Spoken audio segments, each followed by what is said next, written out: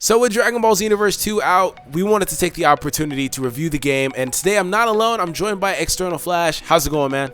Yo, what is going on, everybody? Flash here, and I'm hyped because the game just dropped. Oh my goodness. Yes, so the game just came out 10 minutes ago, and we've actually already beaten it within 10 minutes. No, we had it a little bit prior to that, and we wanted to give you guys a really good condensed review as to whether or not you should purchase the game and why you should. And we're going to stay away from spoilers. We're not going to talk about too much of like the story aspect of the game, or things like that, because obviously that's like the main mechanics of the game to a lot of people as far as like spoiling goes. So for today's video, we're going to go ahead and talk about that. Let's go ahead and get started. So, Flash, what were your initial thoughts on the game so far? Well, like we discussed earlier off recording, this is actually the only game that has surpassed Budokai 3 for me in terms of enjoyment. This is my favorite Dragon Ball game to date, having completed everything that I pretty much can complete at this point in time. I'm loving this game. It's so much. It's actually the most detailed Dragon Ball game. They were not wrong about that. It's amazing. Yeah, definitely. And I think it's important to note that when you say things like most detailed, that doesn't mean best ever or things like that, because you can't really say one is better or like, the best ever, because it comes down to preference for the most part. But yeah, I will say that I agree with you in that this game is probably my favorite game that I personally have played. Before that, I would say, Infinite World was up there because I love that game as well. But this game is a lot of fun and is really detailed. Like, do you want to kind of talk about some of the things that they have in the game as far as like detailing factors? I mean, like, there's things that are happening while you're fighting and such, like the pebbles flying around. And we actually noticed when we were fighting on the Cell Games arena that, the arena was just blowing up and stuff, as like, it's crazy stuff like that. But there's some more stuff going on. Yeah, that was really cool. But there's some more stuff going on, like just natively in the hub world. Do you want to talk about some of that stuff? Yeah, I mean, there's two main things that I've actually seen. There's actually, if you go under one of the bridges in Kantan City, you actually see the part where in Dragon Ball, Goku actually beats up one of the dudes. I forgot which part it is, but they have the exact spot. You see the poster hanging and everything. Not only that, but you can literally go out of Kantan and you see Grandpa Gohan's house. Now that's not the biggest thing. You can see the fish that Goku caught in episode 1 of Dragon Ball cooking, bro. That right there is something we've never had. Just little details like that, it really warms my heart because, I mean, we've never seen that before. They're showing love to Dragon Ball and I really like that. Exactly. Now, next thing I wanted to kind of touch on here in this review was the comparison to Xenoverse 1 as far as gameplay. I think that, you and I can both agree that this game, it completely stomps out Xenoverse 1 as far as gameplay goes, right? Yeah, 100%, dude. 100%. Exactly, yeah. Because the thing is that the mechanics are similar. There are newer mechanics like the guard break, the stamina break, and stuff like that. But it's just a different game. It has a different feel, and I know that when you watch gameplay, sometimes you can't really particularly pick up on things like that. But as soon as you pick up the game and you start playing the game, you're gonna say, "Oh, this is different." It's not even the same thing because we had the game for a while earlier, but we also played the beta version. So like I know that personally, when I hopped on the beta, I was like, "Yeah, this is entirely different." And I didn't really watch too much of the gameplay and stuff like that. But when I did, I was like, it doesn't look any, like stuff like that. It doesn't look too different. But when I got on, I was like, wow, the game's actually like a lot faster pace, and they have improved mechanics and an improved emphasis on things like backdashing, which wasn't really too prevalent in Xenoverse 1. You didn't have to do that. Now in this game, you have to do it several times over throughout the fight. So do you have any other comments as like to compare the Xenoverse 1 versus Xenoverse 2? I think the biggest thing, and it's obvious too, but I just thought it was worth mentioning, is that a lot of people look this over. When people say 60 frames per second, they usually think of it quality. That's for some reason they just think quality, but that's what makes the difference in the gameplay, in my opinion.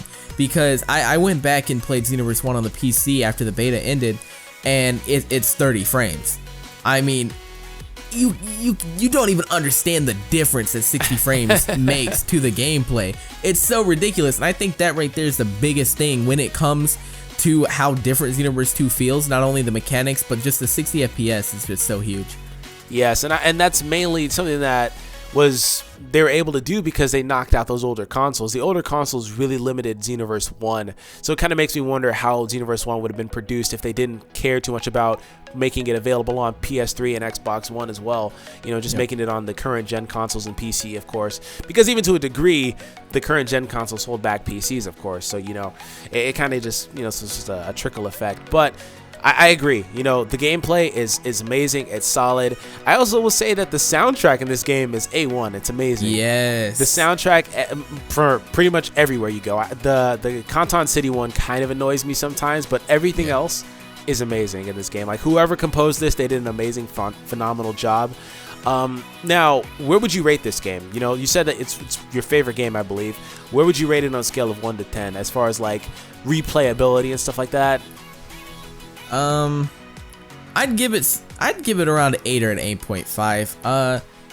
In my opinion, because like that's story mode and everything, right? Yes, just the entirety of the game. Like the story mode, I don't feel like I could go through and play that again, to be completely honest. But the game itself deserves a high rating. In my opinion, I love it. I love everything new they added. I have no complaints to any of the new stuff they added.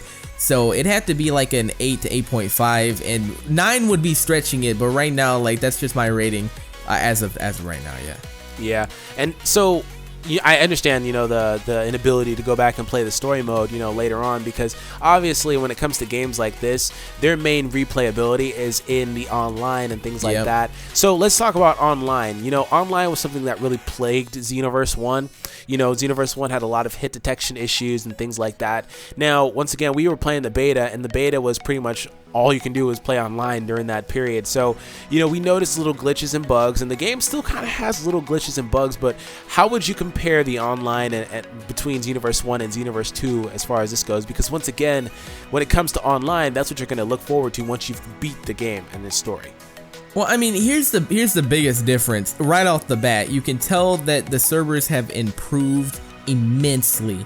Xenoverse 1 servers were, I don't want to say they're garbage, but that's what turned a lot of people off from the game, because I mean, story mode and Xenoverse series, I mean, they're obviously okay, but that's not what people buy the game for. They buy it for online to play with their friends, create their character. And if the servers are bad, I mean, that throw that out the window. But Xenoverse 2 is different. Their servers, I have had zero issues, and we're talking about through the beta too. Obviously, the beta has had little glitches to where we had to end up quitting because of some of the bugs, but those are gone now. Like in terms of servers and connection issues, I've had none. That's the biggest thing right off the bat. Yeah. So I've noticed that, like I said, it's an entirely different feel as well. The main thing with like Xenoverse 1 was the servers were bad, as you said. The hit detection was incredibly bad. You know, that's something that plagued the game throughout its entire existence, you know, and it seemed like it kind of gotten worse as opposed to better towards the end of that game's lifespan in relation to like when this game comes out or just came out. But I want to say that like with Xenoverse 2, it does not have that same hit detection issue. That could be attributed to the fact that they probably did increase the workload on the servers and made the servers better and things like that. There are little quirks in there that I expect to get patched up and fixed, but nothing game breaking or crazy that'll kind of make you not want to play at this point, because hit detection once again in Xenoverse 1, it was just like, it's so bad, like I'm hitting you and it's not doing anything, I'm hitting you with attacks, it's not doing anything. It just kind of made you not want to play. And if you don't have the online aspect to a game like this, not just the Xenoverse game, but a lot of these, you know, anime based games, you know, they go through the anime story and such, and then you jump to the online afterwards. And if you can't do the online, well, what are you really doing at that point? So, you know, at that point, I mean, like I said, Xenoverse 2 is doing really well. But last thing I kind of wanted to get into here, as far as Xenoverse 2 goes, you know, we talked about the story. We're not going to talk about any, you know, spoilers and such like that.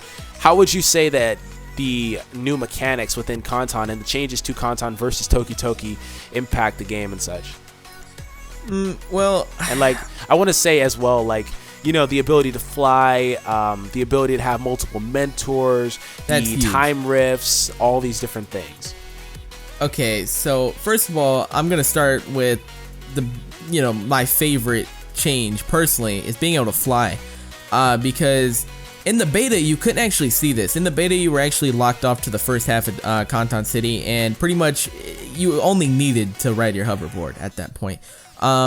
But when the full game comes out right now, we have our hands on the full game. You can actually go outside of Kanton, and that's where you need to fly, because it gets so annoying doing the terrain over there, and you'll fall into like the water, and it takes a while to get out.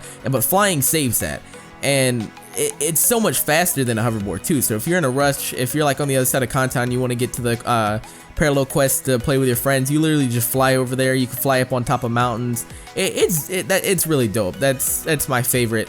But mentors, this is one of the things that people complained about so much in Xenoverse 1, and that was the fact that if they wanted to learn a move from somebody else, they had to literally lose their mentor and switch mentors. So what they did to fix that is they allow you to do the first 3 or 4 missions under another master without actually taking them as your mentor. So you can have a mentor, like for example, my mentor right now is Frieza, and I just did the first 4 missions of Goku, and I didn't have to lose my mentor. I still went right back to Frieza and kept going. I think that's huge, because I mean, who wants to lose all of their progress on their mentor just to learn other moves? I mean, that right there makes the biggest difference to me, and I really like that. That's almost as big as flying, in my opinion. Yeah, I agree, because I can't tell you how many times I got pissed off in Xenoverse 1 having to swap mentors and such. And flying is really integral to the game. I mean, you can get the hoverboard, you can get the Tao Pai Pai stick and things like that. But I will say that, you know, flying is the most important thing. You know, in their attempt to make it more like Dragon Ball Online, they included, you know, the hoverboard and stuff like that. But with the hub world being so much bigger, you do kind of need to fly around, which is awesome. So, you know, we don't have much else to say. Once again, all in all, Xenoverse 2 is definitely worth a buy. I'm sure that we can both agree on that, correct? Yeah, hell yes. And it doesn't matter what console you're on, whether it's PC, Xbox, or PC, of course. It's going to be amazing either way. But once again, thank you guys for tuning in. Please subscribe to External Flash. Link will be in the description. Thank you for being on the video as well, bro. I greatly appreciate it, man. Hey, it's always a pleasure to be on the channel, homie. Awesome. Well, we'll catch you guys later. Peace. Peace. That was pretty quick.